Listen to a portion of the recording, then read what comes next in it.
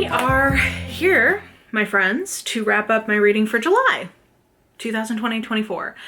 So how did it go? Well, I just gave myself permission to go full comfort reading mode, full mood reading, and I read one less book that I've been reading the last few months, but my average rating was, let's see here, a 4.13.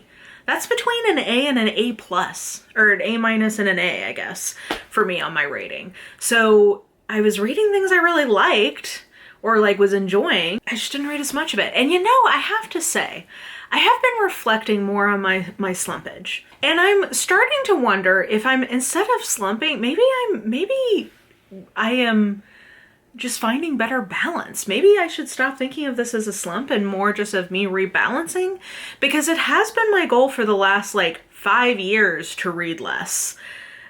And part of why I wasn't reading less was because I hadn't found, you know, things to occupy me in the evenings. Like when because like I can't really watch TV shows anymore.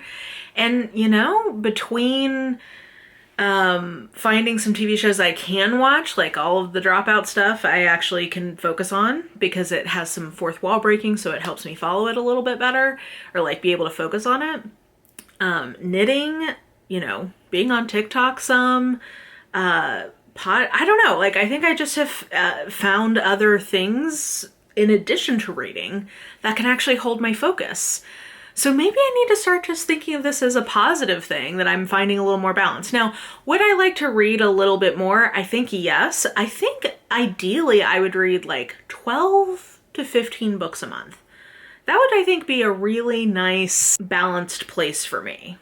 So I do still want to up my reading a little bit, because I will say one thing I did feel the lack of this month that I wish that I had done was to read some mystery, because I didn't. If you look at my, I'll put up the books that I did read. I read, let's see here, mostly speculative romance, one general fiction, and a couple of fantasy. I think if I had added, yeah, so like if I had thrown a few more mysteries in here, honestly, I feel like this would have been a pretty balanced with my life reading month that would still have been like great. So yeah, anyway, that's kind of where I am thinking, like where my head's at right now with like the state of my reading. And I guess maybe like one or two more substantial books I would like to be getting in a month. So maybe a few mysteries and like one or two more edifying type books would be pretty good. I think that would be a pretty great reading month. So anyway, all that to say, that is what I'm reflecting on for where things stand. Yeah, my average was very high. I am not really, I guess, what should I talk about? So I did read a bunch of comfort speculative romance things. One speculative romance thing that I did not read was the latest Nalini Singh release, which means I missed my ARC date, and I feel very guilty about that. But the problem is that I keep not reading it because I'm like, well, I need to really focus on it so that I can do the podcast, which I'm already a book behind on. And maybe I just need to let that go for right now and just enjoy it as a read and not focus on having to like catch everything, because I really would have liked to have read this. So anyway, the speculative romance I did read, Bull Moon Rising. So that is okay, maybe I'll, how to talk about this. I'll start with the random speculative romance, then I'll do Bull Moon Rising, and we'll do the arcs. That makes sense. Okay, so I caught up with two series, or with two authors, I guess, that I enjoy in speculative romance. One is Regine Abel, one is Honey Phillips. So for Regine Abel, I caught up with the last two entries in her Prime Mating Agency series.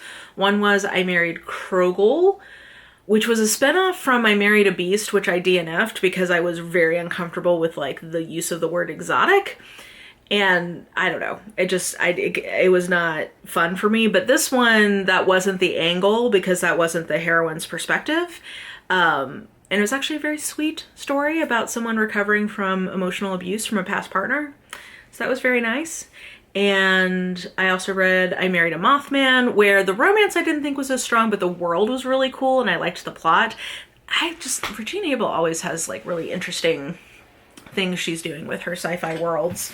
I think she comes from a non-romance sci-fi background originally. So anyway, The writing sometimes is a little inconsistent, but the ideas and the plot and the world building always sell me.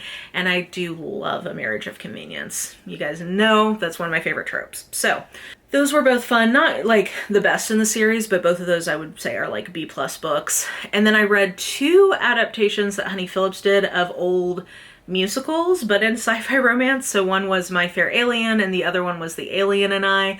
I will say both of those source materials have uncomfortable elements of class and or like colonialism. So I think she addresses those in the text. I just don't know that they fully can be addressed. Like, I don't know that, like, I don't know. I think it's hard to like get rid of those elements entirely. So I will say that did creep into my mind when I was enjoying them, but I did think they were fun. And, you know, I love movie musicals, obsessed. So I did enjoy, you know, the different references to the source material. So those were both really fun. And then, yes, moving into arcs, Bull Moon Rising is a monster romance that's going to come out. Ruby Dixon through her mainstream publisher, I believe in October. And I thought it was just a monster romance like set in today, like in a version of our world. Sorry, I'm looking for my glasses. Wiper. But it turns out that it's not. It's really more of like a fantasy world where the hero is a minotaur. And the heroine is from a well-off family, but they are in debt and like she needs to get into this sort of like mercenary guild or adventurer guild. And for plot reasons, that's what she wants to do. He needs somebody to ride out his mating frenzy with. And so they get married. Another marriage of convenience, which again is my catnip. And yeah, I don't know that it was her very best, but gosh, I just love Ruby Dixon. I thought the world was interesting and cool. I think we're going to get a sequel, and I would definitely be interested in reading it. Yeah, I don't know. It hit the spot for me in terms of just, it was fun. It has that adventure element to it. So I thought that was a really, I like an adventure romance, and I would love for that to be a hot trend. So I enjoyed the adventure element. I like the fantasy world. I'm not sure that the romance, I would say, is the weakest component in terms of a happy forever, like happy ever after. I think it was more of a happy for now sold as a HEA. But it was interesting, enjoyable, fun, jolly japes. Ruby Dixon, a fun time was had by all who is surprised. Then I also read The Dead Cattail Assassins by P. Djeli Clark, which is another arc because that comes out in August. And I really like this. I love P. Djeli Clark. He's one of my favorite authors, probably. Like, not in my official, I think, list of all-time favorites, but he's definitely an auto-buy/read for me. I really enjoy his work, his imagination, his world building is always very interesting, and I actually very much enjoy his humor, which I think really shone through on this particular book. The premise is that there are these assassins who are basically undead, bound to this goddess's service. Our main character gets a contract to go do this hit and deliver the soul to this goddess, and when she gets there, she realizes it's a younger version of herself. But that's very confusing because when you become undead and enter this goddess's service, they remove all of your memories, but she recognizes that it's her. So like, how did that happen? Is this like a clone? Like what's going on? And shenanigans and hijinks ensue from there.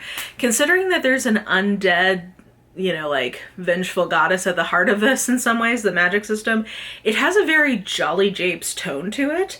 It's very funny and lighthearted for this kind of world, which I thought was a fun kind of tone versus genre blend, which is something I think P. Djeli Clark is kind of a master at.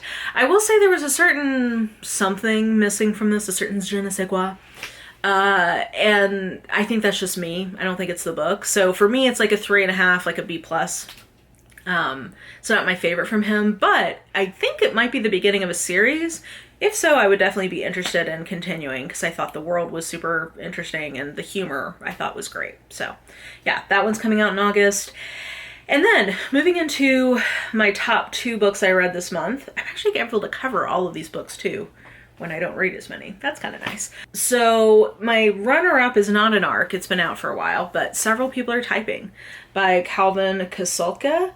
Was just for me. It was so funny for me. Like, it met my humor, and it's told through Slack messages.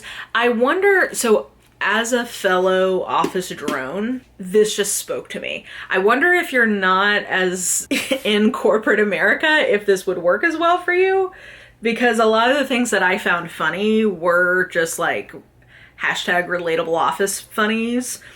Yeah, I don't know. So this guy, the premise is, so it's told all through Slack messages, and this guy gets stuck as a chatbot in their work's Slack instance. And then there's other things going on too. Like, there's all these other side plots of like clients and romance and all whatever.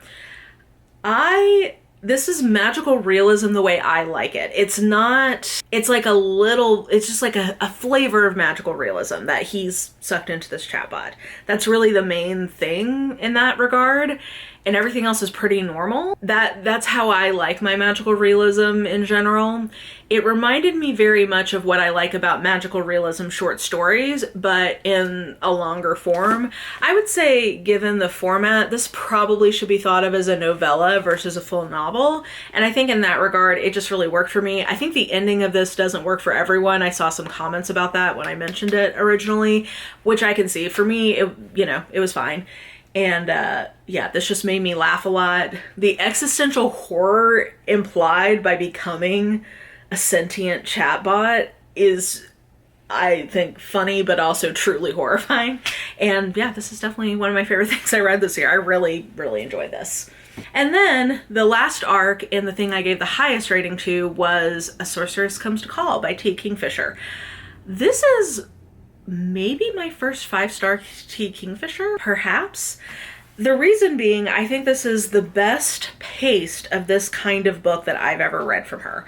Invariably, I find that her books can be either a little long or a little short, and usually that's like the half star that comes down for me when I'm reading. But this one I thought was just the right length for the amount of story it had.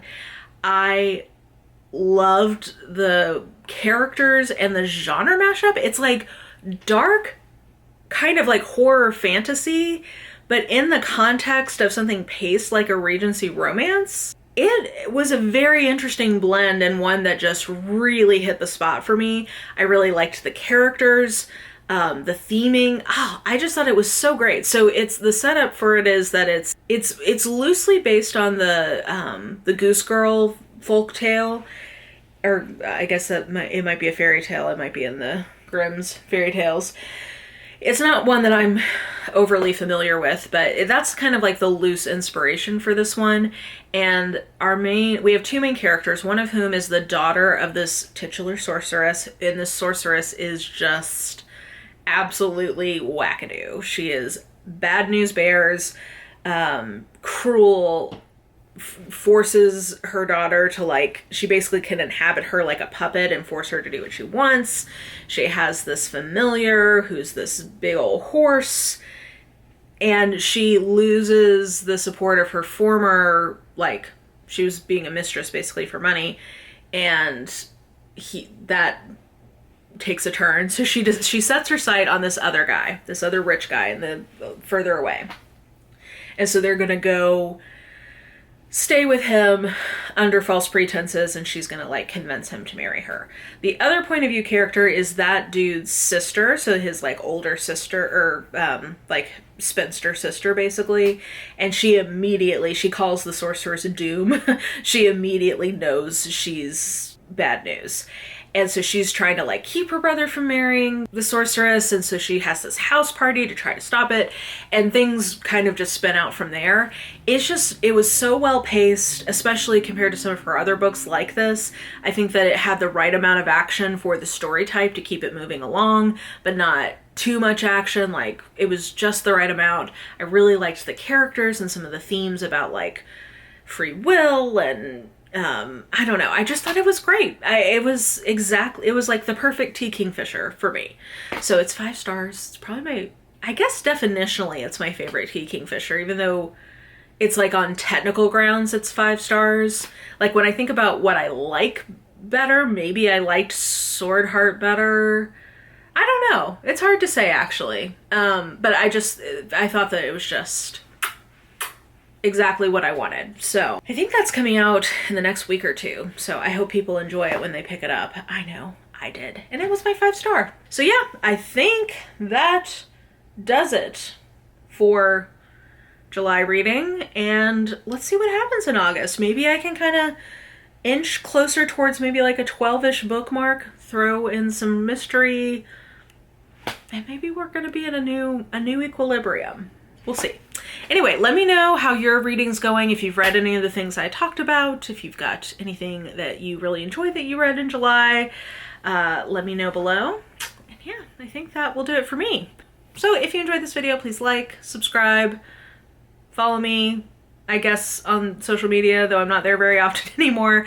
Oh, I also have a live stream coming up soon, just FYI, for book club. So join us for that. And yeah, hit the bell because I don't have a set day anymore. So if you want to know when I post, you can hit the bell. And yeah, I think that'll do it. I hope you're having an absolutely lovely day wherever you are. Hope you're well, and we'll just talk soon. Bye!